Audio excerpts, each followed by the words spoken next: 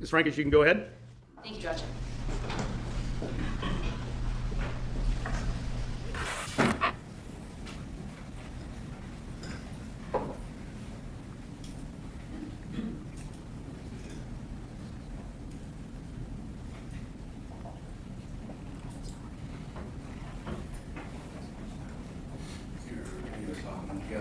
You have a power cord hooked up to the laptop? Yes. Oh, the power cord? No, but I have a USB. So, yeah, power, it's your display is going to sleep. So plug a No, power cord into the laptop. It's on it's on the screen. I know, I have a privacy. It's the audio that's not playing. Oh, is it not playing audio right now? Maybe I'm...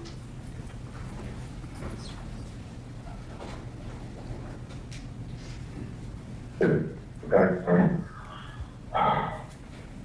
We need to be on the same page. Okay. All right. And so I don't want to be confused. But I remember you telling me he's on the burn pile. Mm-hmm. Were you lying about Scott? I mean, you think what? I don't. You tell me what happened. I can tell you that there should not have been as much damage as there was done. I don't know what that means.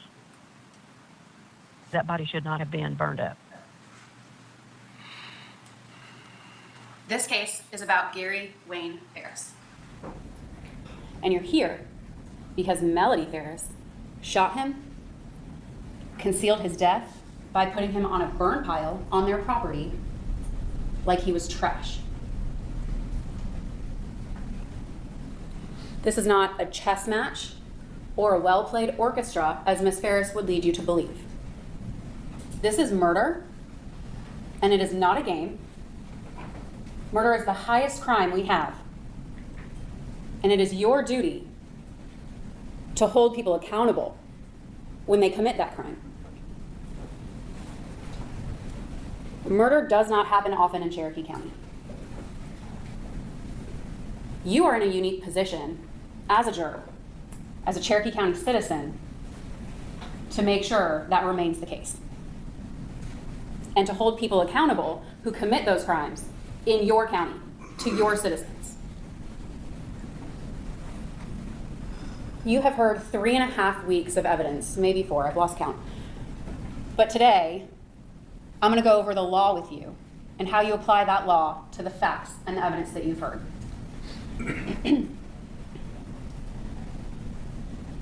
The law instructs you to determine the facts. The facts are for you to determine. We have presented you the evidence, the witnesses, the exhibits, but you get to determine what happened in this case. And then you will apply the law that the judge instructs you to those facts. You are bound by the law.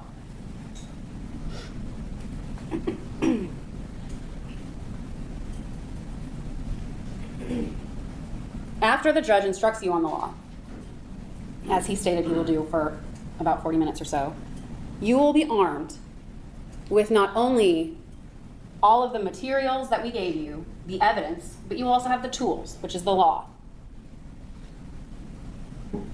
You will be in the position to convict Melody Farris.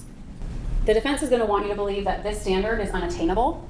They may even show that stair-step picture that they showed in opening of each burden as it gets higher and higher with reasonable doubt at the top. You cannot define reasonable doubt with steps. It is defined in the law.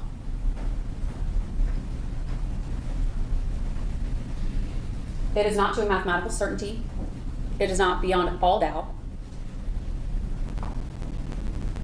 Beyond all doubt is unattainable. Crimes are not committed for everyone to solve and know about every single detail. Crimes are committed and concealed because no one wants to be caught. That's what you have in this case.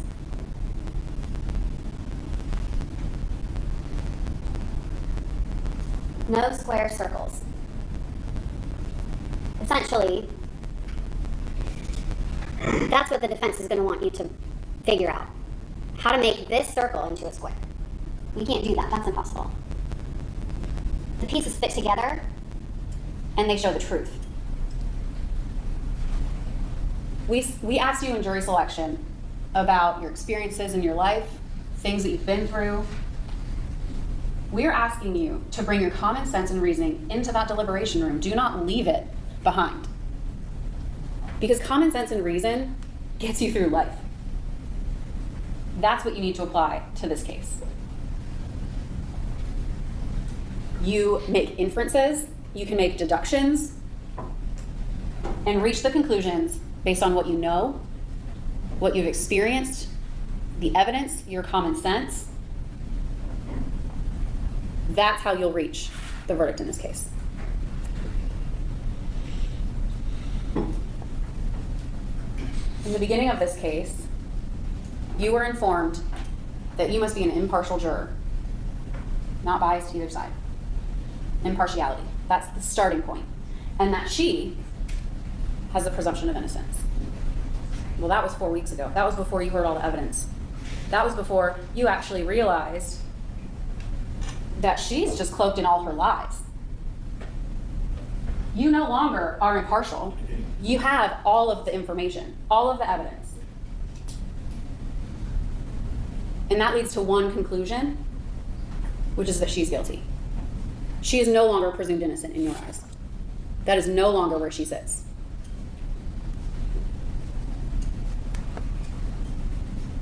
There are two types of evidence that the judge will instruct you on, direct and circumstantial. A lot of shows and podcasts and commentators, they all say, well, it's just circumstantial. Right? We've all heard that. But the law says you give whatever evidence, whatever weight to whatever evidence you want. There is no legal difference between circumstantial or direct. You could have the most convincing circumstantial evidence, and yet the direct evidence is just, well, maybe. Or you could have evidence that's actually both. So circumstantial evidence is a conclusion that you can reach based on inferences. Direct evidence is something you heard, saw, tasted, smelled, Scott seeing blood on the floor in the basement. All of the testimony you heard, those are things that they experienced firsthand, the witnesses. It's direct evidence. There is no legal difference. You give whatever weight to whatever piece of evidence you deem appropriate. You get to determine the credibility of all the witnesses in this case. To do that, you can consider all the facts and circumstances of the case, and on the next slide there's going to be a non-exhaustive list of other factors. In this case, motive, bias, all of those come up. Scott, Emily, and Chris will not get their father back. Whether they get up there, they have no motive to lie to you because Gary's not walking back through that door. That's their mother. They have no reason to lie. They don't want this. They don't want her sitting there. They don't want Gary gone from their lives. All they wanted is for you to have the truth. Martha, she is the epitome of a credible witness. Look up credible witness in the dictionary. It's a picture of Martha Barton. She loved Melly. She knew it was the right thing to do to come in here and tell you people the truth because you need to know the whole story. She had no motive to lie.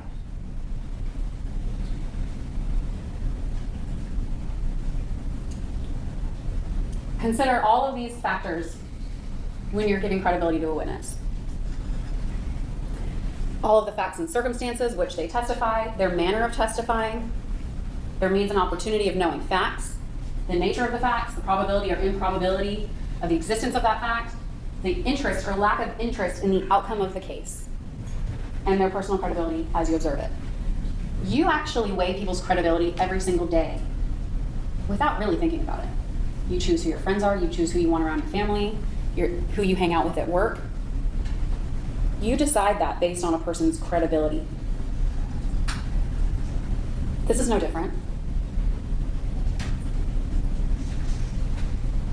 The nature of the facts, the nature about the facts of which they testify, let's talk about that for a second. David Melody's friend, who came in here talking about his one experience with Scott in the driveway in the trailer, he didn't really have the means and opportunity of knowing the facts surrounding that situation. He knew Melody for like a second. Scott didn't know who he was. You know what Scott knows? Scott knows Melody killed his dad and is running around with Rusty Barton still and letting strangers over to the house and throwing Christmas parties. Yeah, he's gonna be mad. His dad was just murdered and burned up in a burn pile on his own property by his mother. And now some strange man has come in and using his trailer. He's gonna be mad. David had no perception of that. Zero. And he has an interest in the outcome of this case. He doesn't want to see his friend go to jail.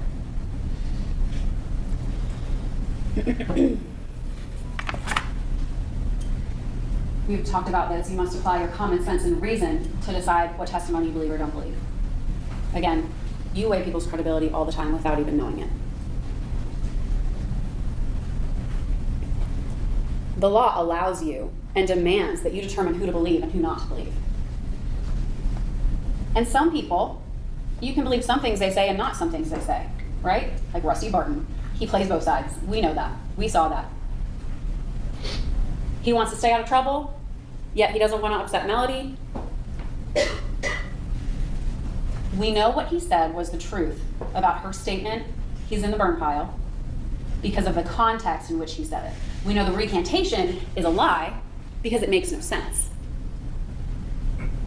Why, if she gave that statement at Martha Jane's house after Gary's remains were found, why would Rusty respond with, "Don't tell me anything else"? And he references that 2:20 a.m. call. And then the call you just heard, he references it again, and that was August 2nd of 2018. That is a witness. You'll have to resolve the conflicts of his credibility. But he was up there long enough, y'all know the kind of person he is. Use your common sense and reasoning. Now I want to talk to you about what she is charged with in the indictment. And you'll have a copy of the indictment in the back with all the charges in it. I'm going to start with 4 and 5. We've got malice murder, felony murder, aggravated assault, concealing the death of another, and making a false statement. I'm going to start from the bottom and then go to more serious charges. Okay. First of all, let me say this. If the defense doesn't get up here and concede making a false statement, no credibility to that closing argument. Knowingly, willfully making a false statement in any matter within the jurisdiction of a government of any county. Like Michael Ray said in his opening, lying to the police. I lost count how many times that woman lied to those police. But specifically this charge is about being currently in an affair with Rusty Barton. And y'all heard that voicemail on June, I think it was 25th. It was like less than a week before Gary's remains were found. Call me back, love you. That affair didn't end the year before. She just saw the unraveling. She didn't even own up to any affairs.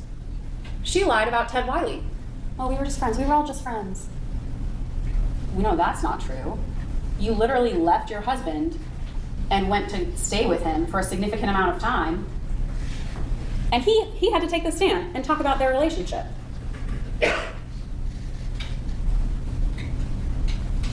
If they don't get up here and concede that, you can't give their closing any credibility. Concealing the death of another.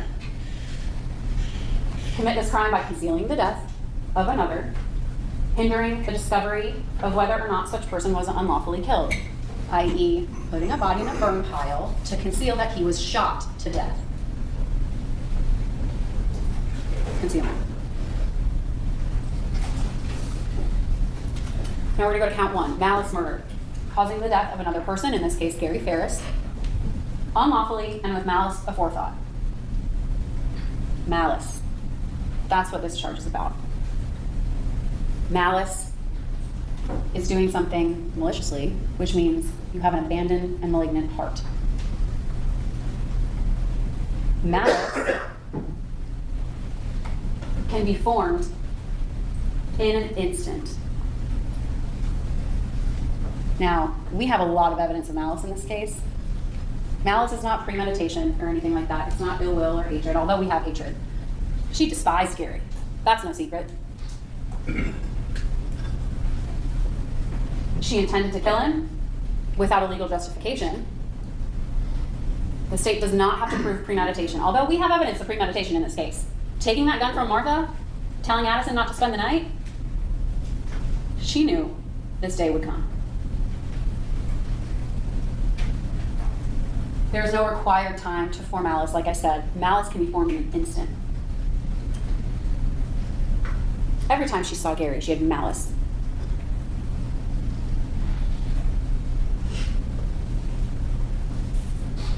Felony murder is another type of murder, which essentially is when you cause the death of another during the commission of a felony. And in this case, that's aggravated assault. Aggravated assault will be defined in the next slide, but it's shooting someone or pointing a gun at someone. That's aggravated assault. And that caused the death of Gary Farris. We do not have to show in felony murder that Melody acted with malice, even though we know she did.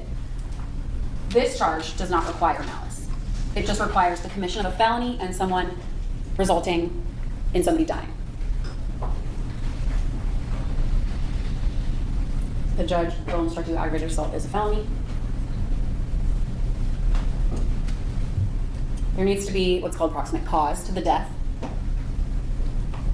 So the felony has to have resulted somehow in the death or be connected to the death, which we have. The judge will give you a definition of a simple assault, so you know what assaulted means, assaulted another person with a deadly weapon. And he will also instruct you that a firearm legally is a deadly weapon. We do not have to prove injury, although we have that in this case. It's not required. You can assault a person by instilling fear, but that's not what we have here. We actually have a shooting, and we have a death.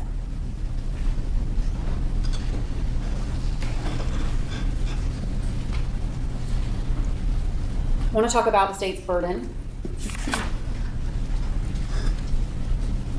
Like I said, reasonable doubt cannot be measured.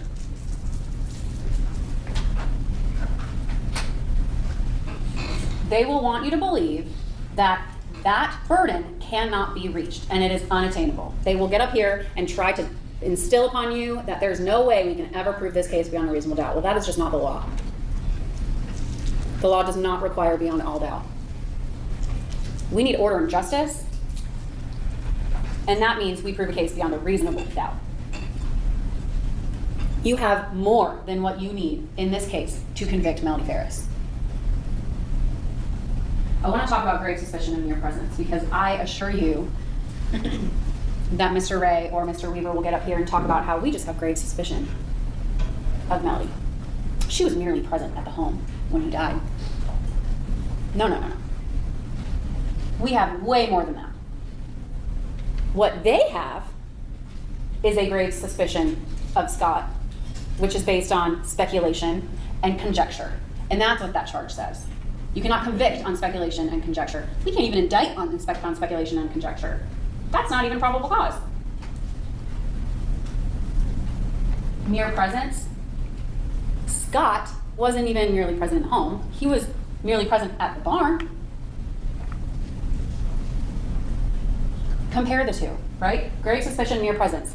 Scott Farris. They have suspicion based on what? He's 6'5", he has a messy apartment, he was in the military. I'm sorry, is that a suspicion these days? Do we have to suspect everybody in the military is a murderer? Grave suspicion, speculation, and conjecture. That's what they're going to throw at you about Scott Farris. That was all their defense witnesses. Well, I just didn't like the way he talked to me. Well, I'm sorry his dad was brutally murdered by his mother. I think he's allowed to be angry. But Melody, we're here because Melody is sitting in that chair.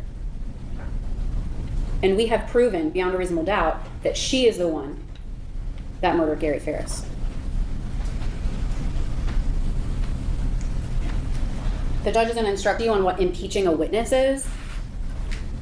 It's essentially showing that a witness is unworthy of belief. You can attack the credibility, and he'll give you all those charges in the jury charge. We saw some of that here. But you know, the persons whose credibility that was attacked the most is Melody's. I mean, you saw Amanda sit on that stand, and Mr. Fogus showed her the text messages of Melody lying to her about going to Minnesota. Did you see Amanda's demeanor? Betrayal, disappointment. That's attacking her credibility. She's not worthy of belief. Amanda knows that. Her other children definitely know that. They sat up here and told you that.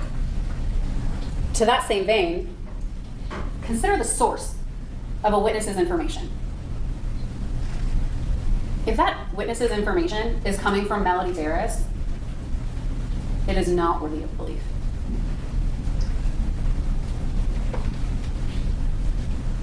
That's how you impeach someone.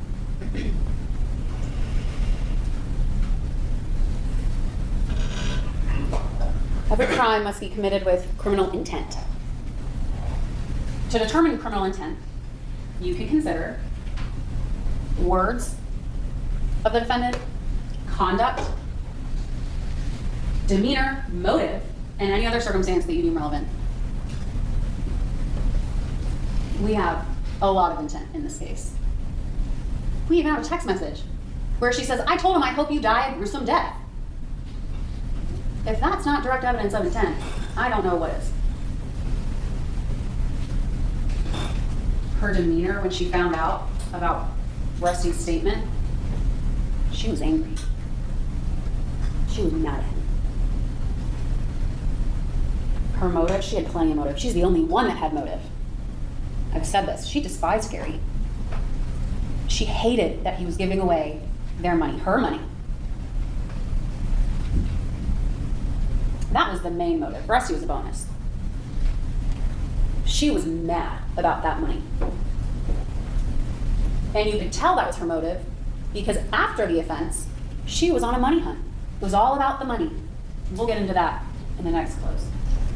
Telling Addison not to sleep over, she had criminal intent that night to kill her husband.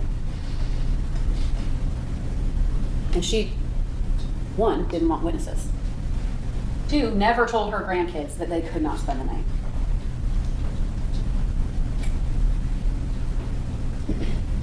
Telling people to, shh, I thought I told you to stop talking.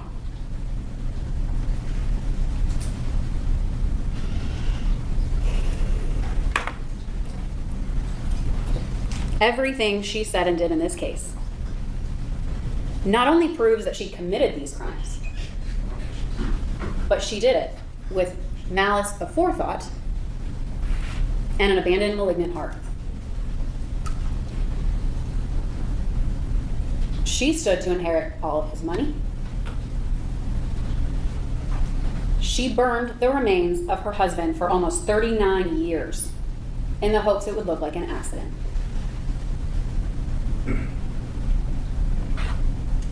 All because she wanted his money and to live a life with Rusty. In my next close, I'm going to talk about the evidence and why the evidence and the law demands a verdict of guilty in this case.